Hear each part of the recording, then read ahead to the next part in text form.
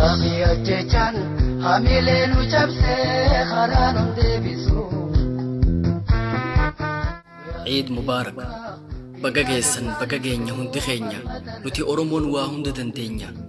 Eid Mubaarak jennee hordoftoonni amantichaa amantiin kan abbaati Oromoon tokkichaa. Nuhin kan nu hidhe ofii cooma nyaatee garaa lafa afaa akkuma fedhettuu baga nagayaan geessan ayyaana Arafaa. Hamma barri dabrutti waan nun ja'an ba'achaa gammadaa taphachaa dayyaasuma nyaachaa. Gaafa aduun bahee dukkanni kullufe gaafa haqni bahee gabroonfataan kufe. Seeraan kabajanna dhiichifnee burraaqaa ni amanna Rabbi balbala cufaminu jalaa ni saaqaa.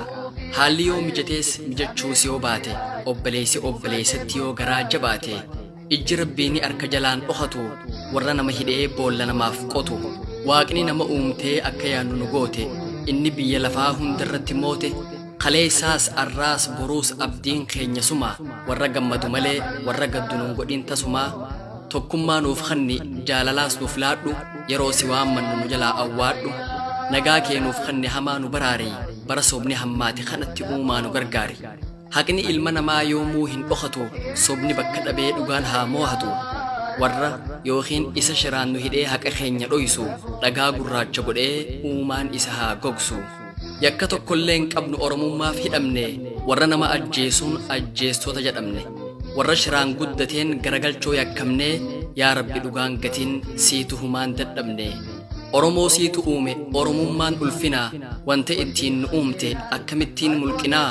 Gaafa oromummaan salphatee heerri uumamaa cabu gaafa nagaadhaan bahee du'aan awwaalcha dhabu gaafa dhugaa dubbatee barbaadamee hidhamu gaafa sabaaf dhaabbannaan shoorarkeessaa ja'amu.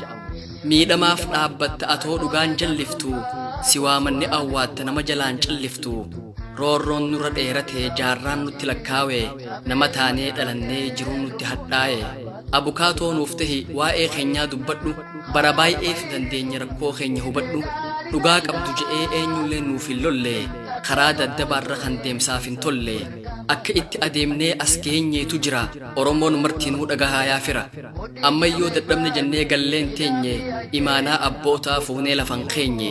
Kaabaa fi kibbarraa dhihaa fi baharraa Oromoon hundinuu keessaa fi alarraa akka taanu taanee gaafa waliin kaane warri kooluu gale warri sabaaf hin ta'ane. Afaan damma dibatee qabsaawaa fakkaatee dafqa joollee Oromoo bulguu tahee nyaate. Imimmaan sobaa boohee waaqa yaamee kakatee manguddoo biyyaa baasee maaloo je'ee kadhate. Gaafa dhugaadha je'ee namni isa dhaggeeffatu quba ija kaayee yoo hundee jabeeffatu. Dhugaa nutti fakkaate gaafa boohee kakatu dhuguma kofla seene yoo inni ilkaan qaratu. Qabsoo lubbuutti dhabnee dhiignee lafeetti cabne fira seenee amannee lagaan cahuu dadhabne. Ijji humaan argitu yoo qaroon qabaanne hayyoota keenya dhabnaan akka sabaatti jaamne. Haala kamiin keessattuu nuti Oromoon jabaannee adeemnee gahuu qabna bakka ganama yaanne. Yoo miidhaman malee miidhaguun hin taatu du'a gootaa duuna hudduun nun baatu.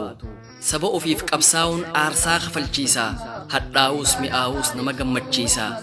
Oromoon ni gaha bakka yaadee fi hawwee Rabbiitu nuuf kannee rasaasaa fi qawwee. Hayyoota muratoo Hamzaa Booranaa Baqqalaa fi Jawwee faana isaanii dhoofna abadan hin taanu qajeeltuu fi dawwee. Warra ijjannoo qabu humaan qabne naasuu afaan diinaa keessaa Rabbi nuuf haa baasu. Warra akkatti bahuu fi itti gala beeku mataa Oromootu isaanii Rabbi nuuf haa eegu. Oromoota maraa warreen hidhaman eenyummaa isaaniitiif warreen miidhaman yaa Rabbi yaa uumaa injifannoon galchi mataa diina keenyaa gadi garagalchi. Galatooma. Eid Mubaarak. Adoolessa 24 bara 2012 tiim Culullee 36 mana hidhaarraa.